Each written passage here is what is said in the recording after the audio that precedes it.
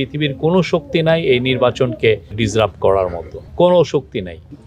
এই ব্যাপারে কোনো ছাড় দেওয়া হবে না, কোনো আসতে পারবে না, কোনো নির্বাচনে আসার কোনো প্রশ্নই উঠে না। তাদের সরকার এবং তাদের কর্মীরা সবাই রাইফেল পিস্তল নিয়ে নেমেছে বাচ্চা বাচ্চা ছেলেদেরকে খুন করার। বাংলাদেশের মানুষ নির্বাচনের জন্য খুব অধীর আগ্রহে আছে।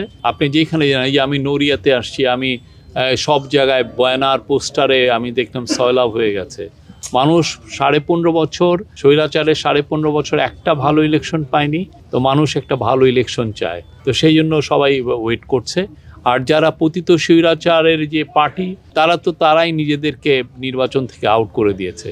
একটা পলিটিক্যাল পার্টির মেন আইডেন্টিটি হচ্ছে সে প্রোটেস্ট করবে হচ্ছে পিসফুলি, শান্তিপূর্ণভাবে। তো তারা কি করেছে? তারা পিসফুলি এটা না করে তারা তাদের সরকার এবং তাদের কর্মীরা সবাই রাইফেল পিস্তল নিয়ে নেমেছে বাচ্চা বাচ্চা ছেলেদেরকে খুন করার। এটা নেশায় মত্ত হয়ে গিয়েছিল। তারা ভেবেছিল যে আমরা অনেক লোককে খুন করলে এরা একবারে 15 বছর চুপ ছিল, আরও 15 বছর চুপ থাকবে। কিন্তু পুরো জাতি যে জেগে গিয়েছিল সেটা তাদের খেয়াল ছিল না। এখন ওরা নিজেদেরকে আউট করে দিয়েছে। পৃথিবীতে পৃথিবীর কোনো দেশে আপনার যত সাপোর্ট থাকুক, 5% থাকুক, 10%, কেউ আপনাকে ডেমোক্রেটিক রাইটস এক্সারসাইজ করতে দিবে না, আপনাকে নির্বাচন করতে দিবে না যদি আপনি অস্ত্র হাতে তুলে নেন, আপনি যদি ভায়োলেন্স করেন। কোথাও দেয় না। আপনি একটা টেরোরিস্ট পার্টি হয়ে গিয়েছিলেন, এটা আপনি নিজেও বুঝেন না। এটা আপনি বিশ্বযুদ্ধের সময় আপনার অ্যাক্টিভিস্টরা খুন করেছে। আপনার যখনই বড় বড় আন্দোলন হয়েছে, আপনার মনে আছে বিএনপি একটা বড় আন্দোলনের ডাক দিলেই তারা নেমে যে মারামারি করতে, আওয়ামী লীগ যুবলীগের ছেলেমেয়েরা যে মতো। হেফাজতের সময় যখন 5-6 মেতে ওরা প্রোটেস্ট করতে এসছে, যুবলীগের ছাত্রলীগের ছেলেরা গোলাগুলি করেছে।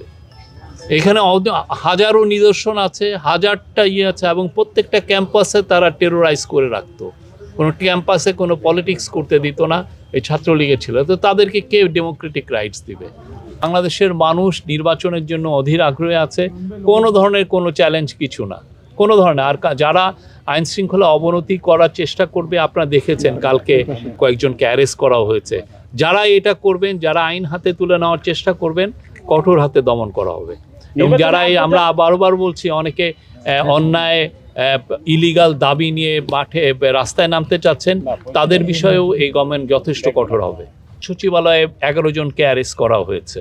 এবং যারা এই এই অন্যায় আনলফুল অ্যাক্টিভিটিসে জড়িত ছিল, রংফুল কনফাইনমেন্টে ছিল, যারা সন্ত্রাসী কাজে জড়িত ছিল এবং ডিএমপি অ্যাক্টস যারা ভায়োলেট করেছেন, তাদের সবাইকেই আইনের আওতায় আনা হবে।